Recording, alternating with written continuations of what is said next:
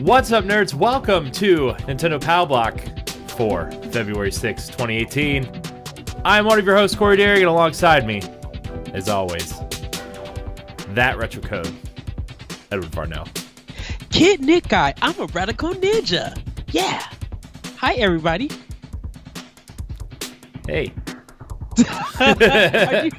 Okay, so everybody know that Kid Nick Guy, Radical Ninja, is an arcade game from IIII. IIII or Deadies. One of them. It just came out for Nintendo Switch. Well, I have always been a big fan of They own the rights. That company owns the rights to all the Ninja Turtles arcade games and the Super Nintendo version as well.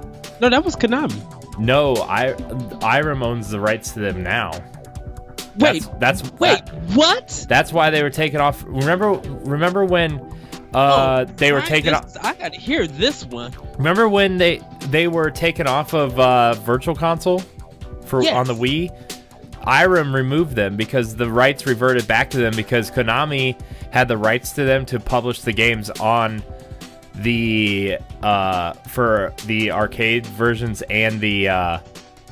But the arcade version never came. I don't think the arcade version came out because Ubisoft had the title, and they redid it. And they remade it. They didn't make the original version. Right, they didn't make the original versions, and those arcade versions never came out. I know. Because the arcade version was Turtles 2 on the NES. I know, but they were all removed because IIII owns the rights to all of them. That's why they were removed because Konami wasn't doing anything with the license.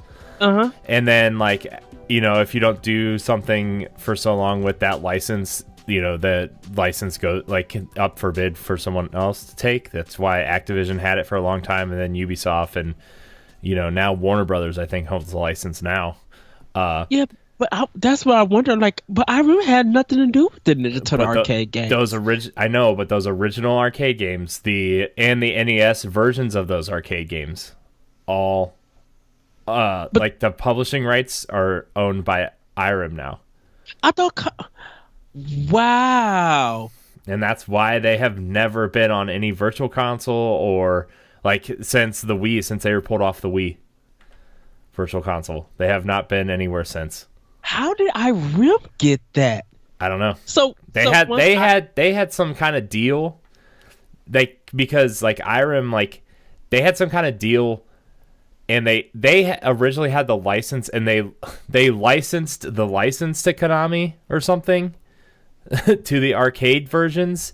That's interesting. Yeah. I always thought Konami had. I thought when it first came out, Konami had the rights for just Turtles, just the video game. Mm-hmm. So the arcade version, and when Ultra Games bought that first version of Turtles out, they were like two separate games. But the arcade edition came the second game, and then even like on the Super Nintendo, Sega Genesis was all reverted was to Konami. Konami just decided to come out with that. Yeah, but like it's weird because like IIII still had something to do with those versions, and which is why like Hyperstone Heist never came to any virtual console because like the Genesis stuff was on the virtual console, right? And then, you know, that's also why Turtles in Time and the arcade game were pulled from virtual console. And like Manhattan, the Manhattan the third one, game and the first game.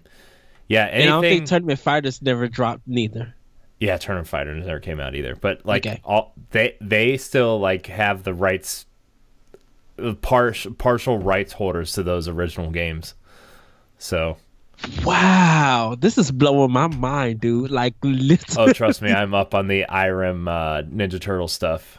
Trust me. I didn't know that because when I did Optional Opinion about IIII, just talking about their history and their games and stuff, like they're a company that a lot of people don't recognize on how big they were, and because like, they weren't really a development company. They were like a tech company with a publishing arm, and that's why Konami did the development, and like IIII was a partial publisher and Konami was a partial publisher.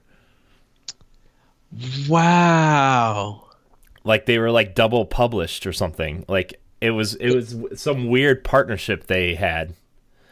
the 90s was crazy in the Japanese market, because we here in America wouldn't have not known none of that unless you follow Japanese culture and the arcade scene there, and like hearing reports, because like none of EGM, none of GamePro, like nobody reported that. Yeah. Oh, yeah, and by the way, everybody, in the upcoming Arsenal X episode, Expression Pass, do check out our discussion about the Ninja Turtles. There were thoughts. Interesting. Let's just the new Ninja Turtles are. There were thoughts. It made me sad, to say the least. So, but yeah, man, like because I wanted to buy them because I knew they were on Virtual Console because I'd played them. But at the time, I was like doing a whole bunch of other stuff that I wasn't keeping up on everything like I do now. And I was like, where are they? And I was looking at it, and IIII, like the rights from this is when the rights were being revoked from Konami and moving to Activision, or maybe it was Ubisoft. It was Ubisoft, because they. Yeah, because they were remaking the arcade game. That's why, like Konami and IIII held the publishing rights to the original games, and then Konami wasn't doing anything with the license, so the Ninja Turtles license went to Ubisoft, but like Konami can't do anything with those original games because Ubisoft has the Turtles license, even though they own the rights to the game. So like it would have to be split like 3 or 4 different ways, and nobody wanted to do that because nobody would have made any money off of it. Because Microsoft, IIII, Konami, and Ubisoft.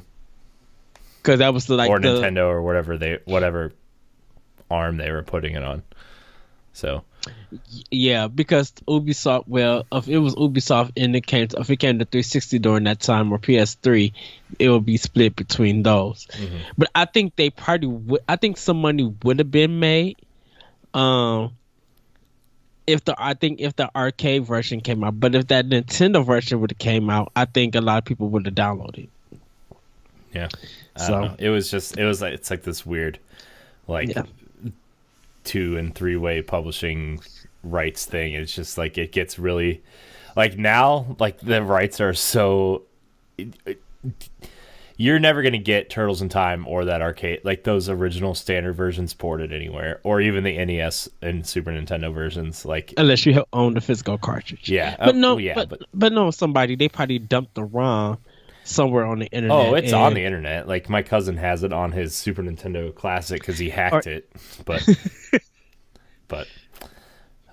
yeah, I'm very sad. Like I would give anything for just a port, like a widescreen 4-player port of the Super Nintendo version of Turtles in Time. Okay. I'm just saying, like, if you could play that 4 players somewhere, like, oh, man. But anyways. I still think the Super Nintendo version of Turtles in Time is better than arcade. Oh, yeah, it's 1,000 times better. It's way better. Dude, there's no contest. I love the fact that the new levels that they added to that game. To it. Yeah. Oh man, Ed, what have you been playing? I've been playing. Goodness, I'm sorry. Graceful Explosion Machines for Switch. Getting further into that, almost done with that game. Been playing a little bit more Lost Sphere, Blaster Master Zero, Yakuza 0 for PS4. Just picked up Iconoclast and picked up Monster World Hunters for Xbox One and PS4. So I'm installing those games at the time of the show, and hopefully I will be playing more of that. I'm really looking forward to playing some of my backlog games. And by the time you guys actually see this, I'll be getting prepared to do Bayonetta 2 for Switch next week, cause man, they kind of up my hours at work, so that check next week. Nice. Look, after a certain bill is paid, yes, for Bayonetta 2. It's going to be on and popping. But pretty much that's kind of what I've been playing. Like I said, getting ready to get some my backlog done and stuff. Like Yakuza 0, I had that on my system for a while, so I'm trying to work that out. I was looking at my Switch games, and I think I'm ready to pop in like Lego City and Disgaea 5, getting ready to play those. And soon I'll be returning back to Xenoblade Chronicles 2 and finishing that up.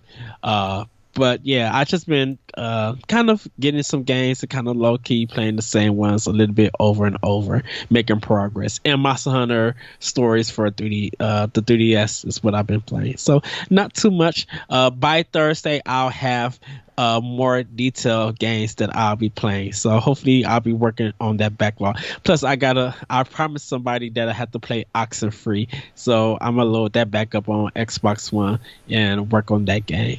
Need to actually return to Lost Odyssey too.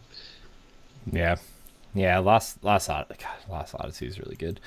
Man, what have I been playing? I haven't really been playing a lot, but I went rare game shopping the other day with my cousin, and like, you know, we were traveling all over the state and stuff, just kind of hanging out and talking about games and a whole bunch of stuff. And like, I saw a whole bunch of cool stuff this weekend. I saw a complete in-box Super Nintendo, the mini Super Nintendo, not like the classic Super Nintendo, but the redesigned one, with complete in-box with Mario All-Stars plus World Kart. Yes. I mean, if I had like just a little bit more disposable income, I probably would have bought that. And right next to it, I forgot to tell you this the other day, but right next to it was a Rob the Robot complete NES set.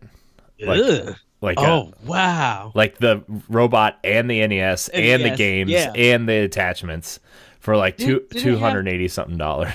What? Because wasn't a zapper part of it too? Yeah, there was the gray zapper that came with it, and then the second round of zappers were orange, which is the one that I have. But yeah, it had the gray zapper in it too.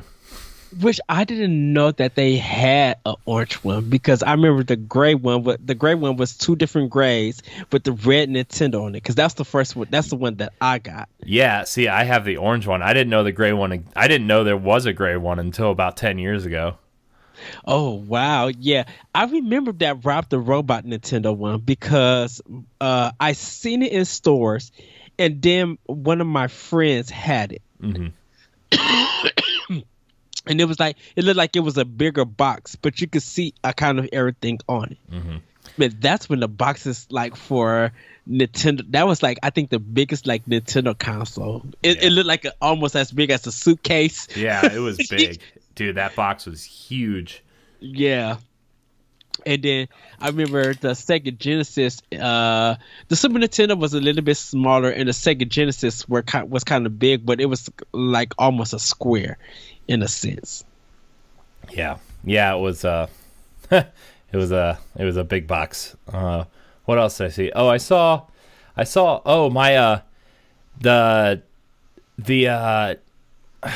my cousin's friend bought the remember the weird, what was that company's name that made the black cartridges for Nintendo, but they weren't real Nintendo carts?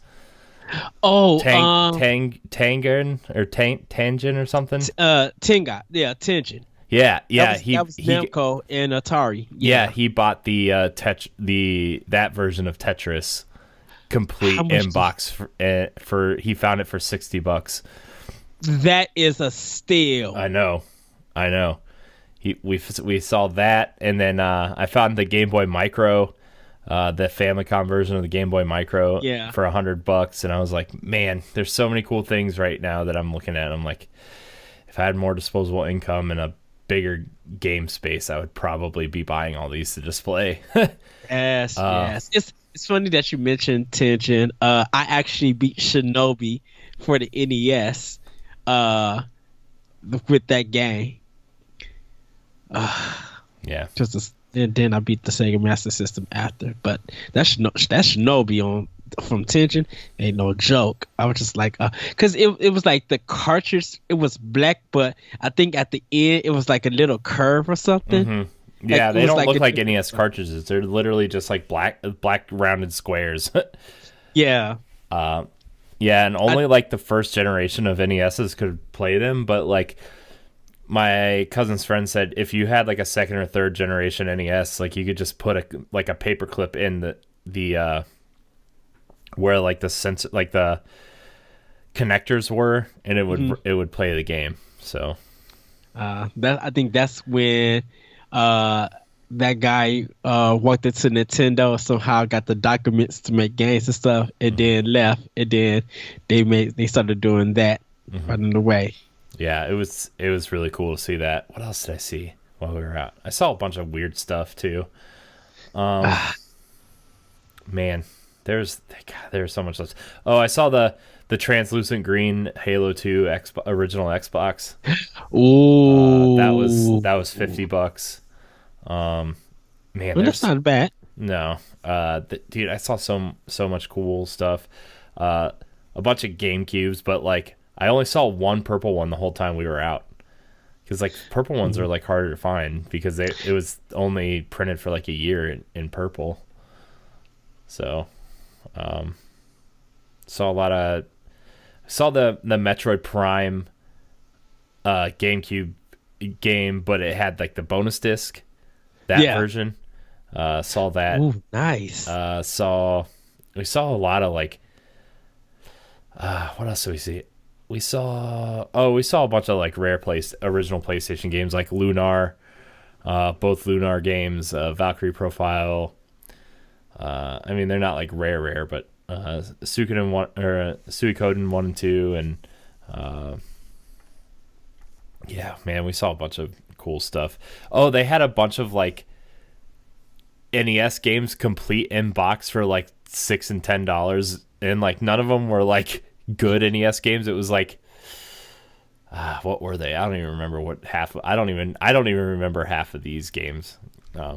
City Connection or something like that. One was like The Adventures of Tom Sawyer, and that one was a classic around because that was Konami, I think. Yeah, I mean, I have that game.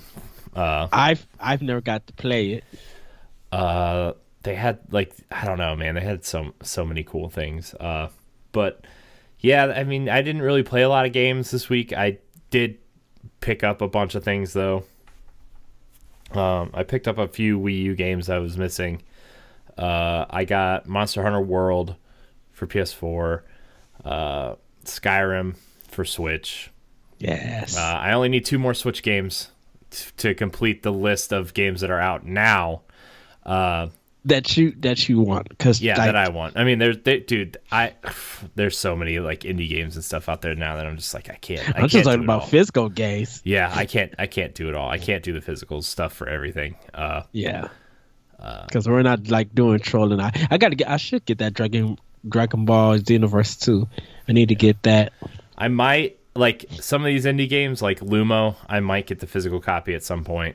Yeah, I think well, after you mentioned that they was making a physical for Switch, I was going to wait and get that. Yeah, because I mean we have it for PS4, but I'm just like, yeah.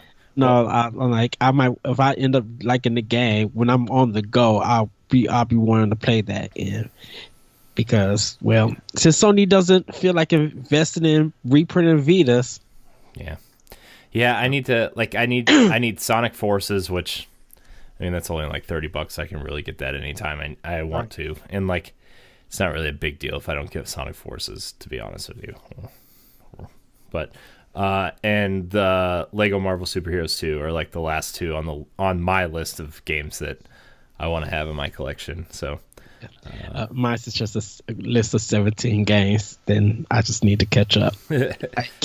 I mean, like if like, there are certain indie games that I'm going to get the physical copy when they come out. Like Super Meat Boy is getting a physical edition, so I'll probably get that just to have.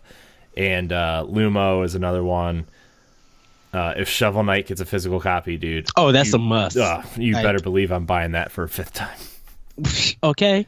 Let's see. Like, I own it more than 5 times. Let's see. Wii U, 3DS. I own it on physical cartridge for 3DS. Yeah, I have. Let's see. I have it on 3DS, Wii U, Switch, PS4. But I bought the PS4 version, so I automatically own the PS3 and Vita versions. Mm-hmm. And I own the Xbox One version because like those versions have extra levels in them. Yeah, see, I didn't get the PS4 and the Xbox versions because me being dedicated to Nintendo, I would just like Shovel Knight feels at home on Nintendo. So anytime they release it on the Nintendo platform, plus I got the Shovel Knight amiibo, it stayed on that platform. If it's going outside, I'm not doing it just to fight Kratos. I'm not doing it because of Battletoads. I can't believe that hasn't happened yet, though. Like a physical copy. I can't believe it hasn't happened yet. You telling me that like all these games are getting physical copies and Shovel Knight hasn't gotten it yet? And like the only thing before you, because I think I know where you're going. After King of Cards releases, they want to put all 4 campaigns on one cart, so people don't have to have an update for it. Right. I think that's the only thing I think they're waiting on. And I think that physical Switch copy is probably going to be like a fall release, like something like September or October. I can't wait. I cannot wait for. Gosh, I love Shovel Knight. I'm sorry, I got excited. Shovel Knight makes me happy. No, that's completely Shovel fine. Knight makes me so happy. Every time I see it, I listen. I just must say this though. I have not finished Shovel Knight yet. Dude, we're fighting later. Dude, when I was taking a shower, I was listening to the soundtrack of Shovel Knight. It is so good. And like I love like, the soundtrack. The soundtrack of the game is good, but there's a guy out there that like remixes soundtracks of video games. His name's DJ Cutman. And he does like I know DJ Cutman. Yeah, he does a lot of like Mega Man stuff, and he did a Shovel Knight remix, and like everything just sounds like you think Shovel Knight's soundtrack is awesome. You listen to that, and you're like, whoa! There needs to be lasers going off in my room. So good. Yeah, Cutman does a good job. Yacht Club, a very good job. I know you're not listening. I mean, you could be. Somebody at Yacht Club could be listening. Please make a physical copy of Shovel Knight. Please. I will be emailing you shortly, by the way, because I would like to get them on the show. We started communication, and they said they didn't want to start scheduling interviews on podcasts until they had something to talk about for King of Cards. Mm-hmm. And then, well, here we are. So. And everybody, if you want to hear actually us talking to Jakob Langs, I will be posting, well, by the time you guys will see this, I will be posting the World 1 interview that me and Larry did with the guys at Yacht Club. So you guys will be able to hear that. Yeah. So I have the behind the scenes episode. I don't think I sent that one to you. I have to send. Yeah, you have to send that to me. You have to give it a listen. Well, man, I want to get them on the show at some point after King of Cards comes out, and when they can talk about everything. So yes. I think that would be the best way, because like a lot of times you get developer interviews and they're like can't say things about certain things, or and I'm just like, I don't want to deal with all that. Like I just want to talk about the game and without any like whatever, So I still need to beat the Plague Knight campaign. It's the only one I haven't beaten, but I've played through Shovel Knight and Spectre Knight a whole lot. But what's wrong, Ed? You look confused. No. Okay. Nothing. Okay. But yeah, other than that, I've been playing. I spent 2.5 hours last night in the character creator from Monster Hunter. 2.5 hours. That character creator is amazing. I wish every game had Monster Hunter World's character creator. I'm not kidding. I just have to put my PS4 to sleep because the game started playing, and I was just like, I don't want to get into this because I want to get on headset with you, and like design. Yeah, I want to. Dude, I love customizing your Yeah. like when they give you like a lot of options at the beginning, and dude, it's so fun. Dude, it is so deep. It can be as simple as you want it to be or as deep as you want it to be. And that's how I like it. It's like, it reminds me of a more refined version of Mass Effects, like a Mass Effect Andromeda's character creator, which like, I know a lot of people have issues with that game, but that character creator was a really good one. Which I didn't really explore because I just really wanted to get into the game. I think if I ever decide to go back and revisit it, I think I might fool around with it. Yeah. When you make a character, do you like try to make yourself, or do you just kind of do whatever? I know for the skin tone, I kind of make it kind of my skin tone, or sometimes a little bit lighter.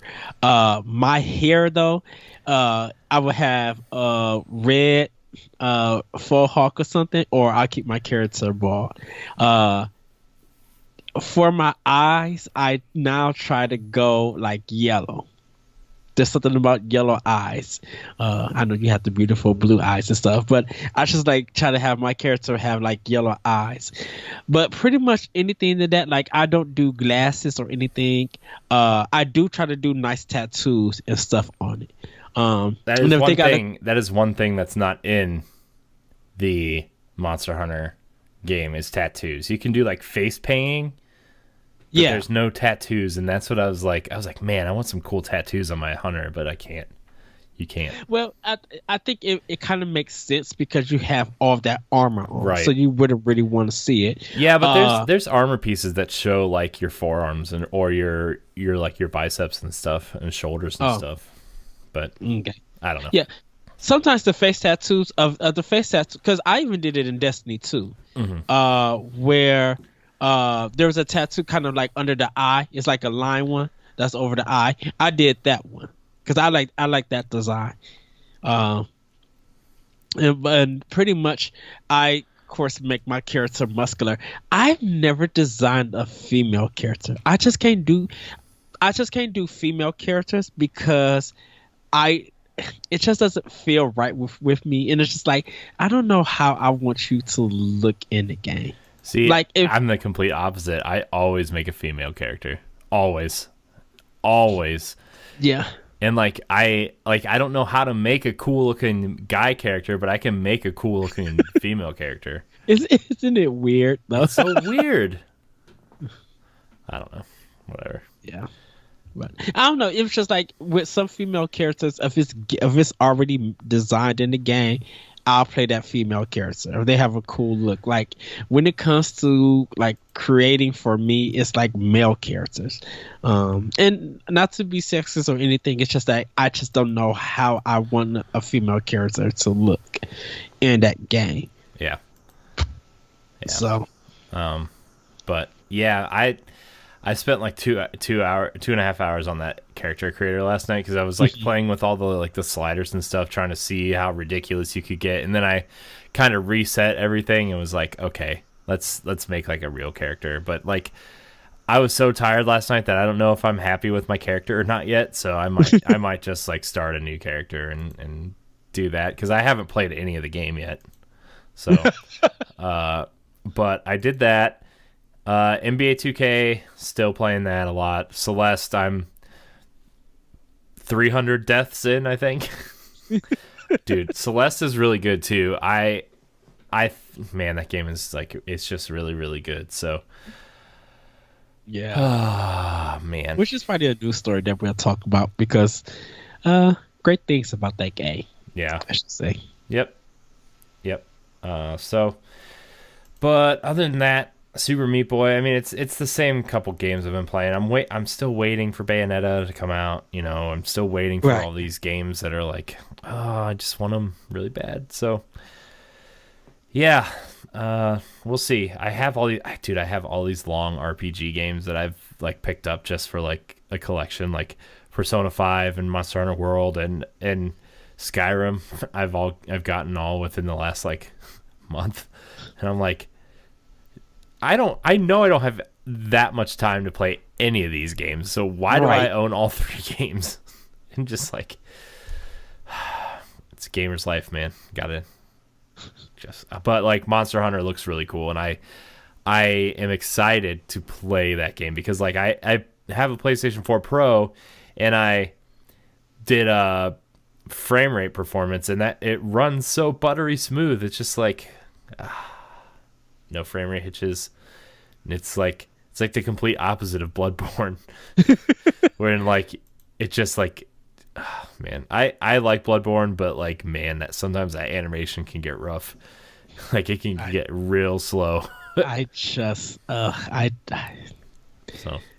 yeah. Oh. Yeah, about Bloodborne, and I'm just gonna leave it at that.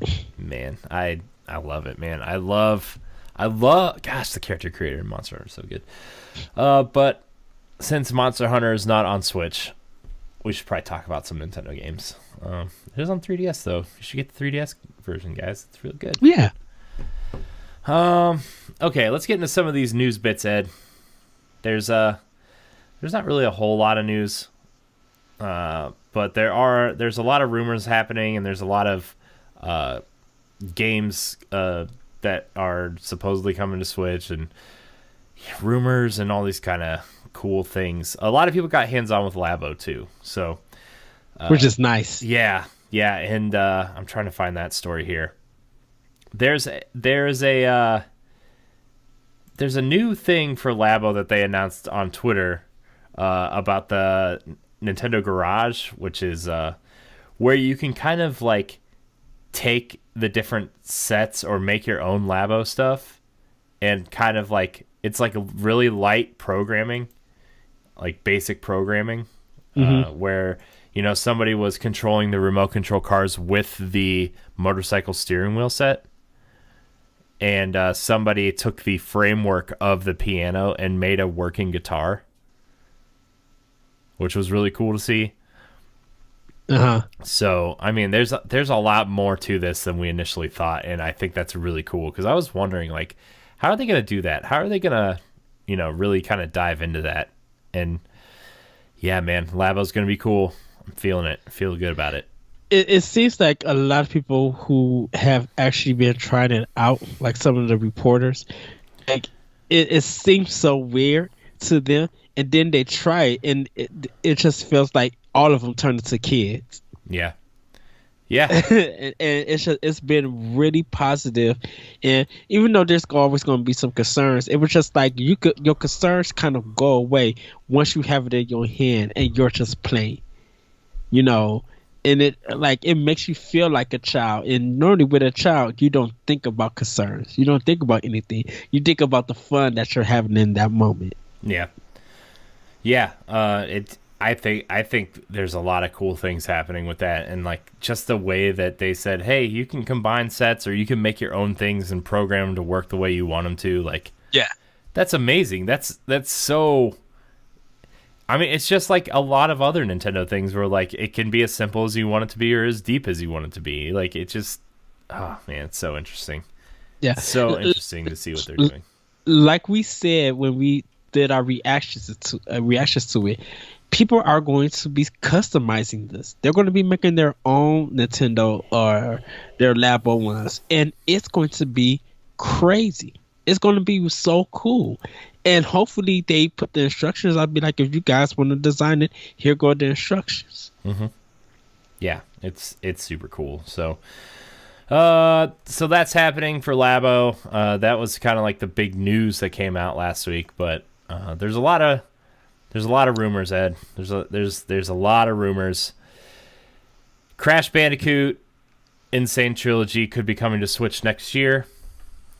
I don't really care about Crash Bandicoot, but I know a lot of people do. And I know a lot of people thought that this was going to happen a lot sooner. Shoot, everybody thought it was supposed to be on Xbox One. I know. Here's the report. According to a report, publisher Activision is looking to bring its Crash Bandicoot series to Nintendo Switch.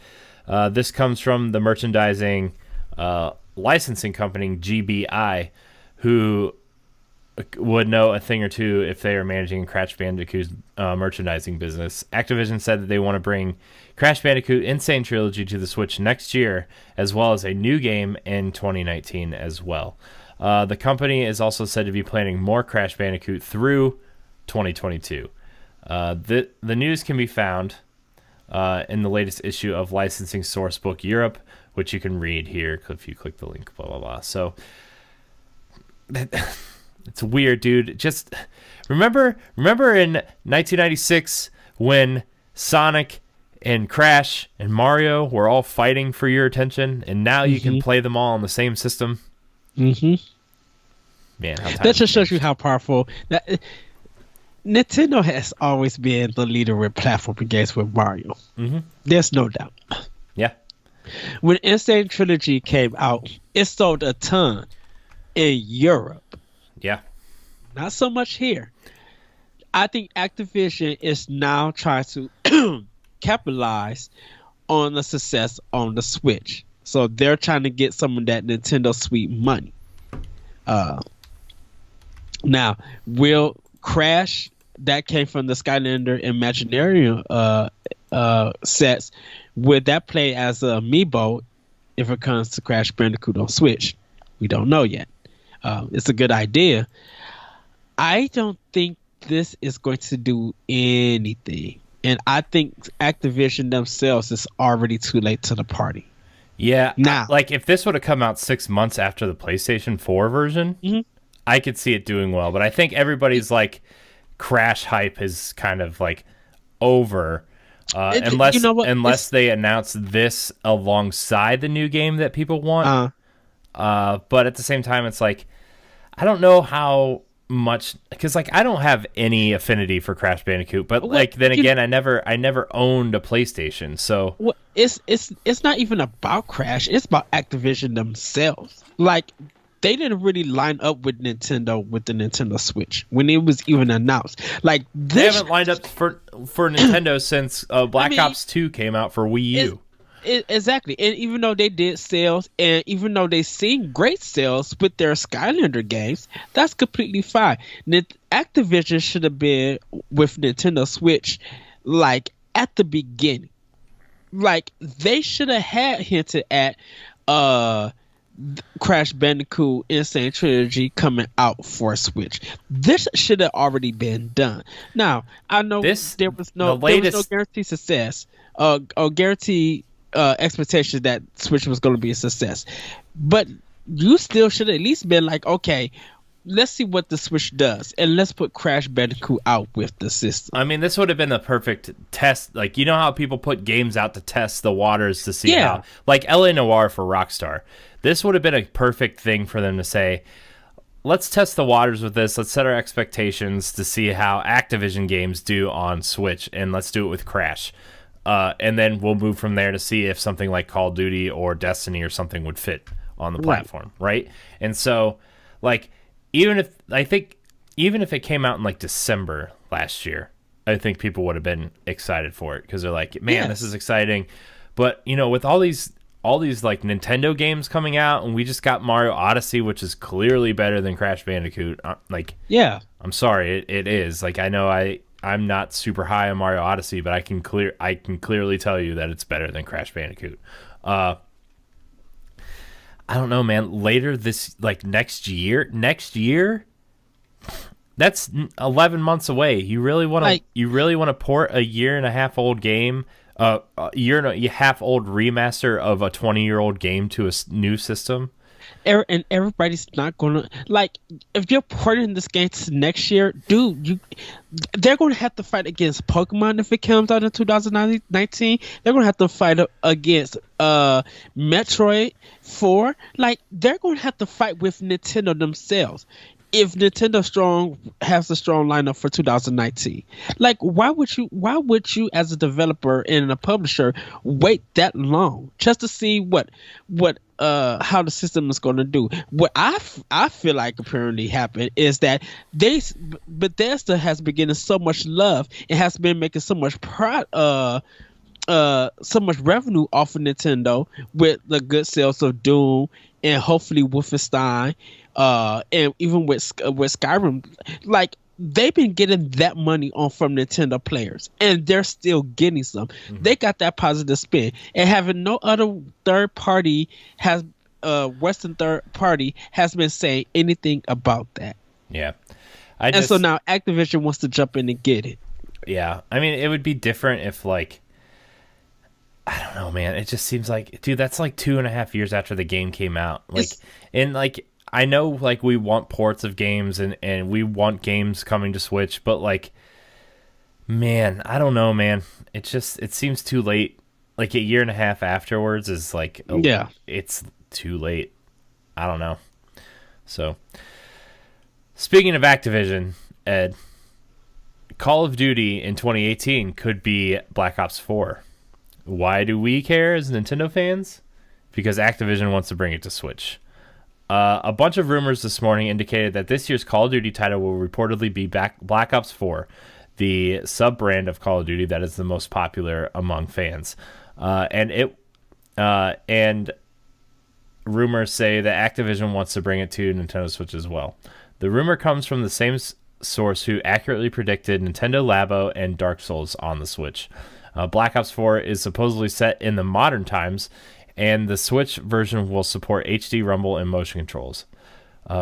Finally, Activision is said to have outsourced the Switch port of the game to an outside studio familiar with Call of Duty games. Would you like to buy Call of Duty on Switch? Blah, blah, blah. Let us know. Blah, blah, blah. I think it's still late. Yay! No, well, it's Switch. I mean, it's not. But the only thing is like this is not. It's the same version as the other games coming out. This isn't the Crash situation. But this is the problem that is late. It's because guess what? Call of Duty 4 is going to be marketed big on PlayStation 4 and it's exclusive. Mm-hmm. The Xbox One party might get some love. They are not going to care about that Switch version. But if the Switch port or the Switch version does numbers, yeah, you're going to see 2 or 3 stories about that, and that's completely fine. But Activision is going to go all in, because guess what, Activision? If you were going to go all in on Switch, you would not have no one porting this game. You would be doing the work yourself. Well, I mean, look at the Doom port though. The Doom port is great. Yeah. Like, yeah, I mean, if they get somebody that cares about the porting process, like Blue Point or Panic Button or someone like that, then yeah, I'm all for port. But if they're just gonna give it to someone like, I don't know, High Moon, that is like, oh, it's a bunch of people who used to make Transformers games and now they're stuck making Call of Duty maps, like, I don't want that. Like, no offense to High Moon Studios or anything, but like, they used to make great games, and now they've been relegated to a Call of Duty support studio. Right? So, and that's what I feel like with Activision is too late. Why can't you guys do it in house? If you can make all this money off the Call of Duty series, you should have enough to have 3 teams at least to be able to make that one game for each system. You had the top selling game of 2018, if it's reported that way.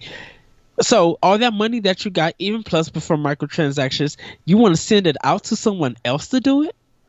Yeah. I mean, why can't you do it in yourself? Now, it's all good that if it comes to Switch. Congratulations. Completely fine with that. Let's see how Nintendo Online structure works with it. But I still feel like it's too late, and that this game is not going to get the care that it should be given, because they're going to feel like we're going to market it over to PlayStation owners and for some Xbox One, and whatever Nintendo does with the Switch version, it does. Like, I don't think Activision is going to put the time and care and money into that game like they should. Yeah. I don't know. I would be interested. I'd be more interested in if they ported the campaigns from 1, 2, and 3 on one cart instead of like the multiplayer stuff. Because like, no offense to like the Wii U version of Black Ops 2, but nobody was playing online on Wii U, and like, but they said that was the best version. I'm afraid. Of Black Ops 3.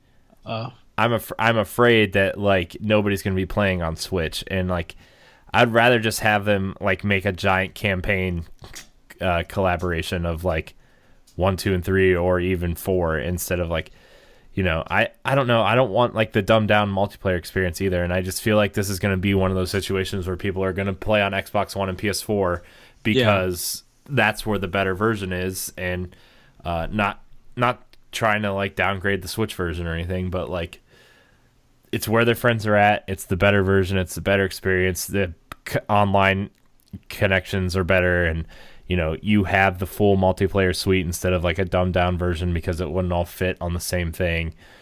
Right. So, and people feel like they don't care how the game looks. They just want it to run good and get the same treatment like the other two. Mm-hmm. Like, you know, I mean, if it runs fine and it works and it's like the full multiplayer suite, and like, yeah, and I know they, you know. Sorry, I just got a message from Matt.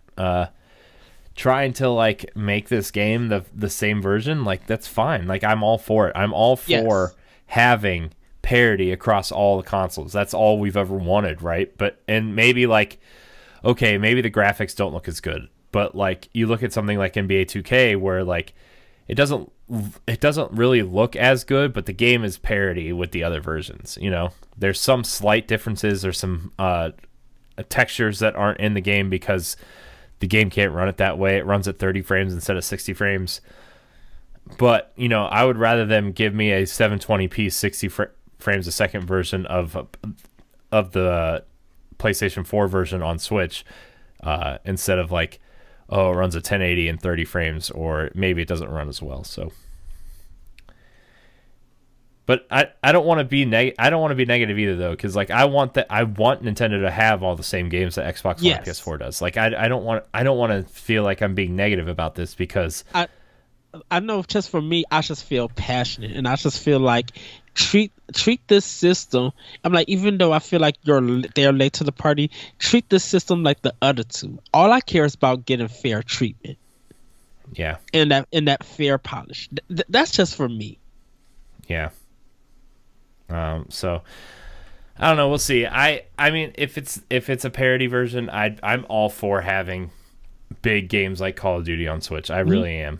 I just hope Activision takes the same, provides the same attention to detail the way that Bethesda and Panic Button have done with their games. So, speaking of more, Panic Button does a great job. Yeah, sorry about that. No, Panic Button has done a great job. It's like Doom, and like I hope, you know, Wolfenstein's going to be the same way. So, yes. Speaking of games coming to Switch, there's a new rumor, Ed, that Mario Party 11 is coming in 2019.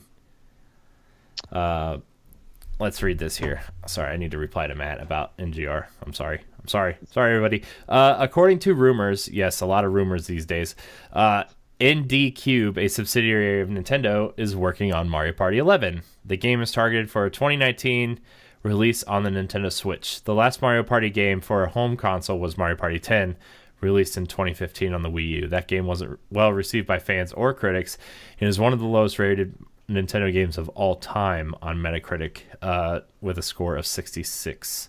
You know it's so. True. So, I mean, Mario Party is going to be a hit or miss for me. It depends on. What I want is like Mario Party 2 through 6, like a version like that where it's like a board game, and after your turn, depending on what squares you land on, you get that type of mini game, right?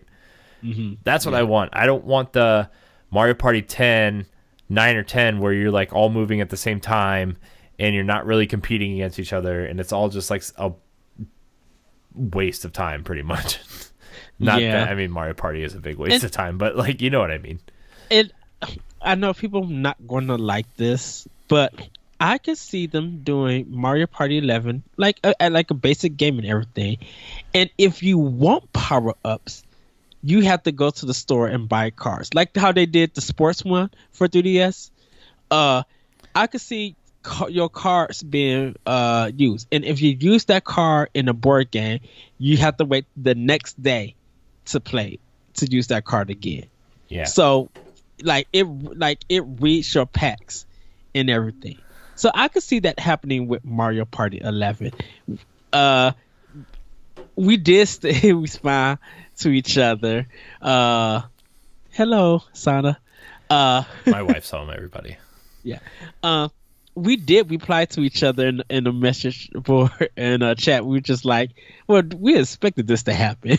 So, true. But I'm cool with it. I expect it to happen. When it gets revealed, I don't know yet. I want to say maybe E3, maybe a Nintendo Direct in the fall. But I can kind of see that being a route. And I would love to see a multi-board where you get to select what, like, you're all on one board, but you have to go do different sections to get to that star. And depending on what lands on each person's, like, kind of directional path on that one board, I should say, if they land on something to move your star, then that's the way that the star gets moved. So if you land on a spot that's just be like, if you win this mini game, you get to choose who gets their star move, and the other people would not know, so they can't watch it. So I think they could go different routes with this Mario Party 11.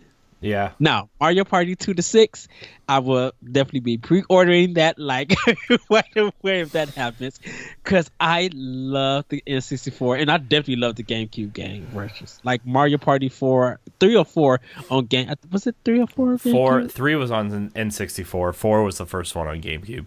Okay. Then it's 4 on GameCube. I love that one. Yeah. I think that's the best. That's probably the best one, to be honest with you. Yeah. I don't know. 8 wasn't bad either on Wii. It was just Wii. So yeah. So, Ed, did you see this weird new accessory available in Japan for Switch? No, I have not. It's a portable, like, thing. It's a thing that goes around your neck, and it's like a harness, and then it folds up, and you put the screen in front of you, and it has a holster for the Pro Controller, so you can play your Switch like this, with it like sitting like right in front of you like this.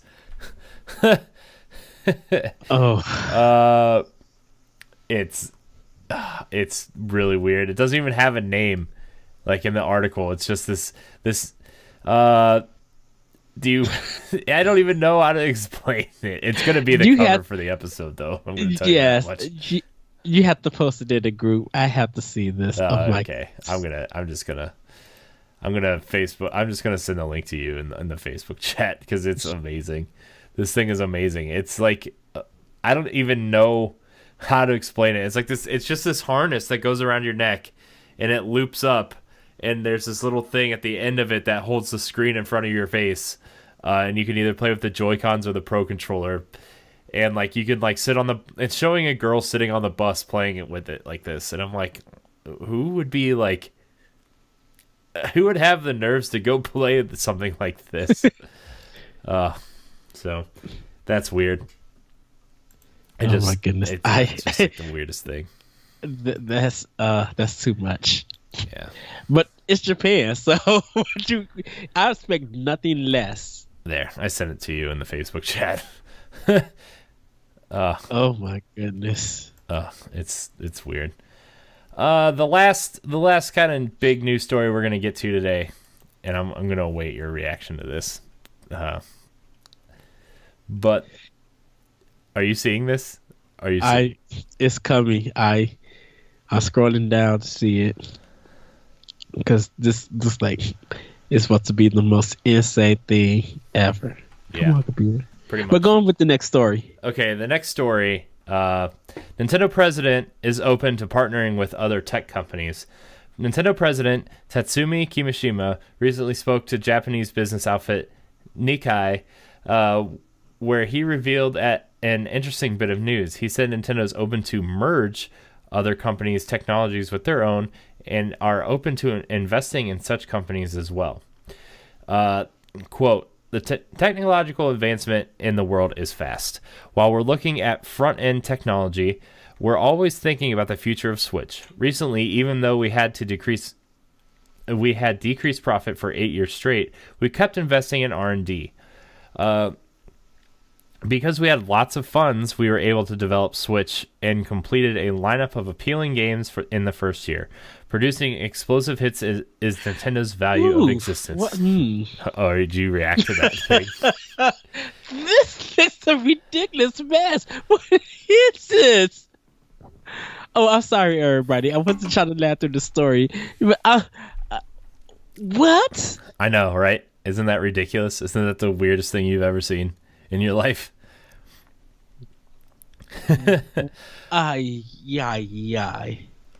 Man. I'm going to continue this quote here. Producing explosive hits is Nintendo's value of existence. There are many interesting technologies in other companies outside Nintendo.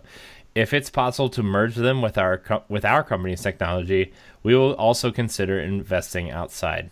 Nintendo doesn't typically talk about potential relationships with other companies, especially companies that it might invest in or acquire. Kimishima didn't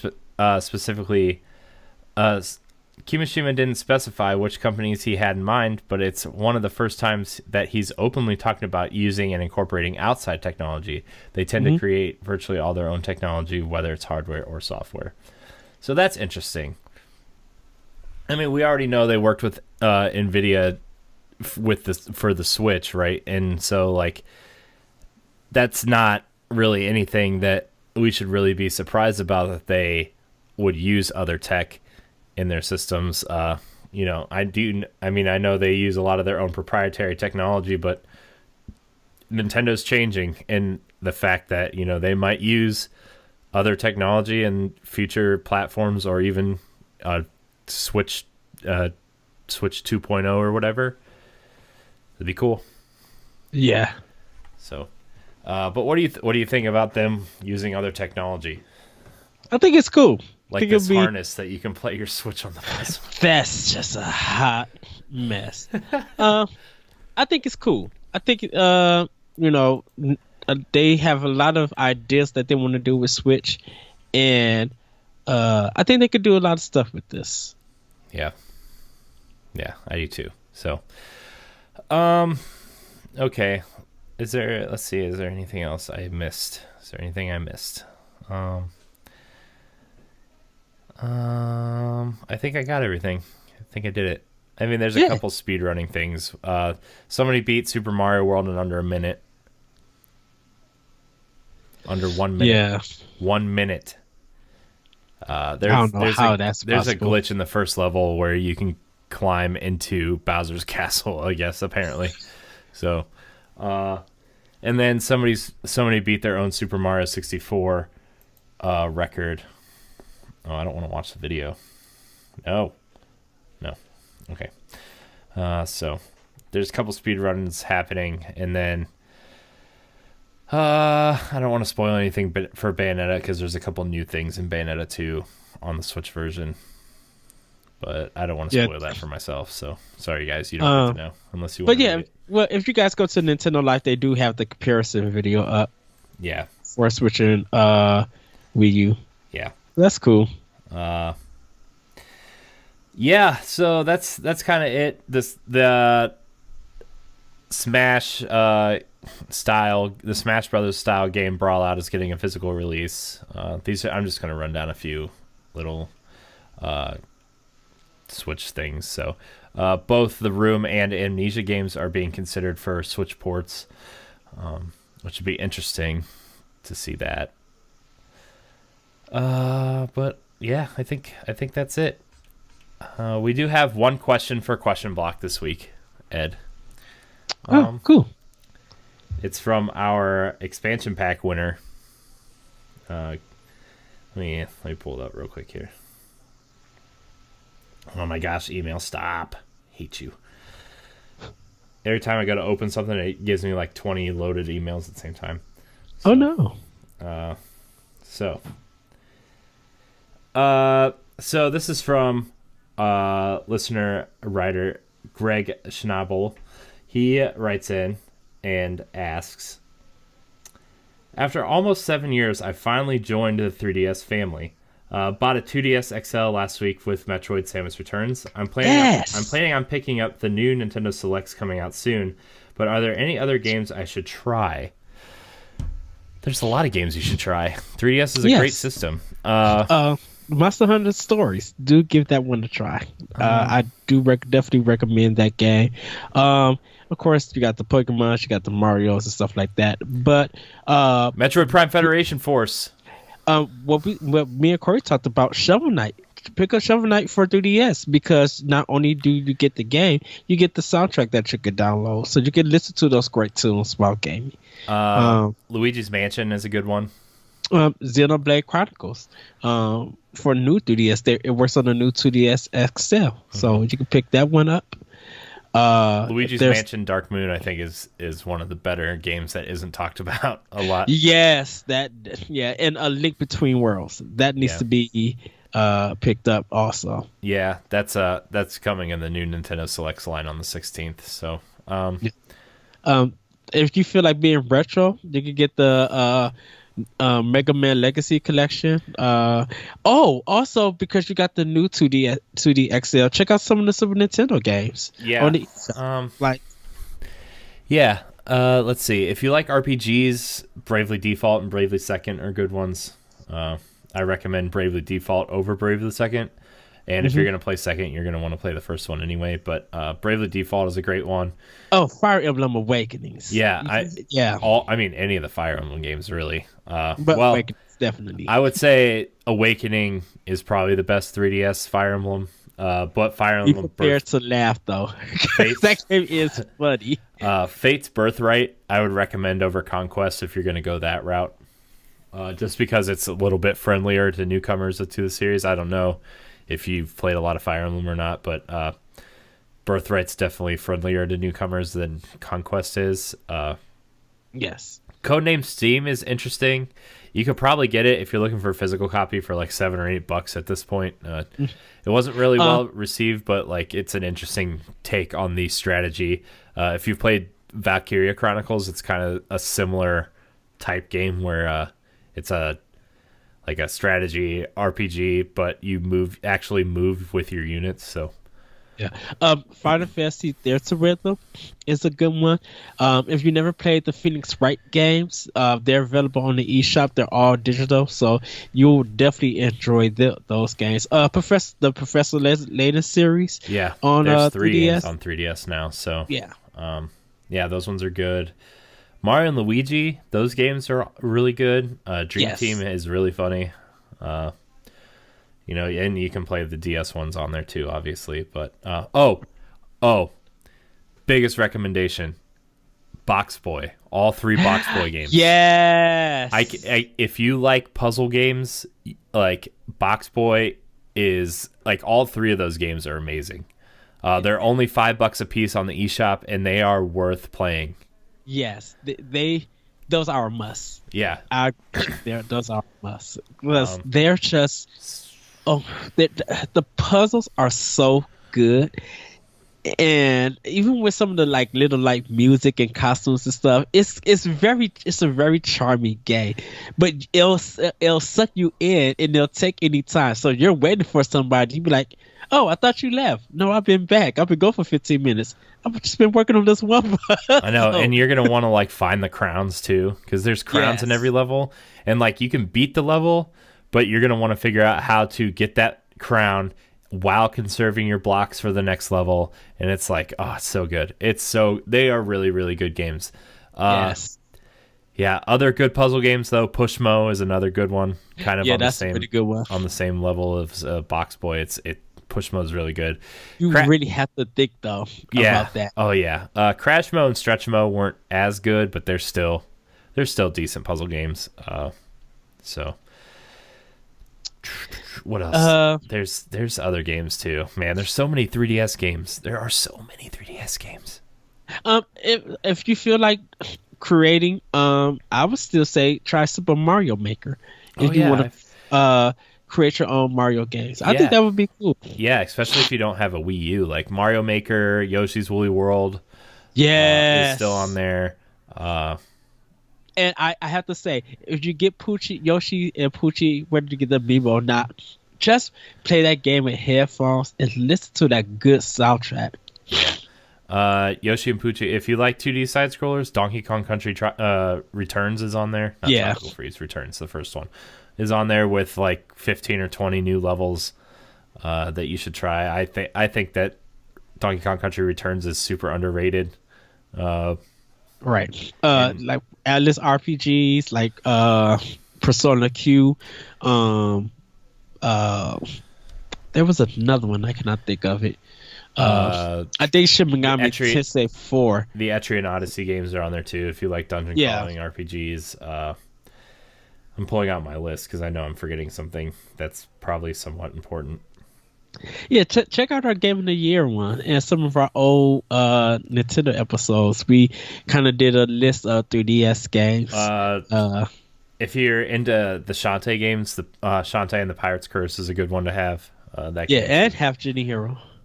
Yeah, they have Genie Heroes on 3DS. Yeah. And it probably has one of the best Mario Karts on the system too. Mario Kart 7. Mario Kart 7 is really good. I know, like a lot of people. I mean, I prefer 8, but if you have to have it on a handheld, like Mario Kart 7 is great too. So, Pokemon Alpha, Omega, and the other one, they're good. Well, most Pokemon games are good. So, but yeah, they said Sun and Moon too is good. Yeah. So, check that out. I'm saving a bunch of questions for a POW block, question block episode. So, there's been so much news lately that I just can't but I wanted to get Greg's question in here because he's a good listener. He listens a lot. So, Greg, your item is on its way. Yeah. Congratulations, Greg. Woo, yay. But that said, this is going to be Nintendo POW block. This was a good episode. This was a nice, solid episode. It ran longer than Arsenal X this week. Spoilers. Ed was really tired when we did Arsenal X when we recorded.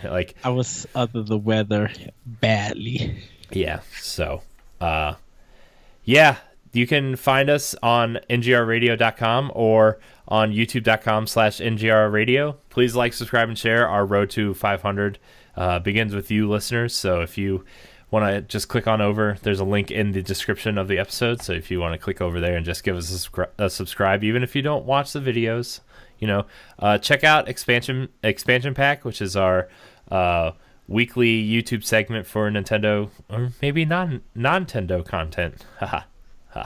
Yes. Email us at nintendopowblock@gmail.com. We want your questions for a question block. We want a big meaty question block episode coming up soon. So let us know what your questions are and what you want us to talk about. They can be Nintendo related. They can not be Nintendo related. They can be whatever else. We're open to everything here. Yes. So. Follow us on Twitter and on Instagram. And everybody also check out our mini blocks. Sometimes we post them, like good questions and good rumors come out, and sometimes good ideas. And me and Corey we talk about it. We'll just be like, you know what, we got to do a mini block because our last mini block is super good. Like literally, check that episode out. Yeah, that was a good one. So. But Ed, where can we find you? You guys can find me on Twitter at @ThatRetroCode, and you can find my podcast, Optional Opinion, on SoundCloud, iTunes, Google Play, and other podcast apps. New episodes will be dropping very soon. Everybody, I just been under the weather. Things have been changing, but new episodes will be coming. I have some good discussions. Yay! You can follow me at CoreyNHD on Instagram and Twitter. You can find me on a plethora of other NGR Radio content. Download our family of shows. We'd really appreciate it if you did that as well. Our shows keep growing, and you guys, we appreciate you downloading the shows and telling your friends and everything. So, let's see what else. I think that's it. Power Block on Twitter. Yeah, follow us at NGR Power Block on Twitter and Nintendo Power Block on Instagram. There's some stuff up there sometimes. I'm trying. Yes. Sorry. Haven't been really good with social media lately. I need to get better, trust me. I've just been like all over the place. Last week I kind of took a week off of like everything. So, but yeah, thank you guys so much for watching or listening. Hopefully you subscribe and rate us in all those places. And until next time, we love you. Bye, everybody. Woo-hoo.